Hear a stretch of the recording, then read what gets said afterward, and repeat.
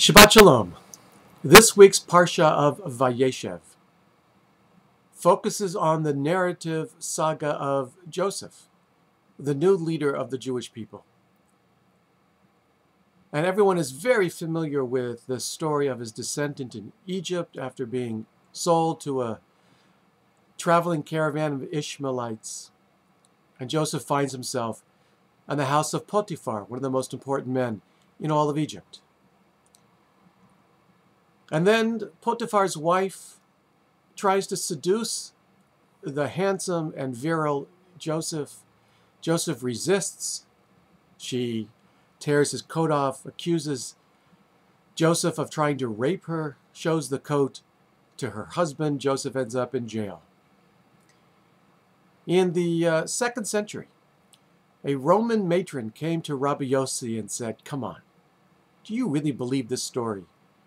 Do you really believe that someone as good-looking and virile and strong and powerful and sexy as Joseph, who is single, would really resist the attempt of Potiphar's wife to seduce him?" And Rabbi Yossi said, "Look, right after this story, we have the story of his brother Yehuda, who gave in to his sexual temptation. And we also have the story of his older brother Reuven, who had sexual relations with his father's concubine." So Rabbi Yossi said, if the Torah shows all of the negative attributes of other people who could easily have been whitewashed, why would we believe that the Torah whitewashes the story of Joseph?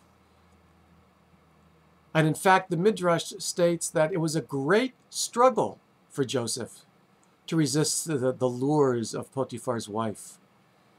But he did it. He was able to find the way to be stronger than his primitive sexual urges. And that's why tradition calls him Yosef HaTzadik. The Torah doesn't try to whitewash and clean up all of the behaviors and the feelings and the actions of our ancestors in the Torah. On the contrary, the Torah lets us know that they also struggled with temptation. They also struggled with their own weaknesses. They also struggled with their Yetzer Haras. We are not any different than they are. They ended up in the Torah. And as we write the Torah of our lives, we don't have to match ourselves up to people who are immaculate, but people of flesh and blood who struggled internally, just like you and I do. Shabbat Shalom, and may you have a Zis and Shabbos and a happy Hanukkah.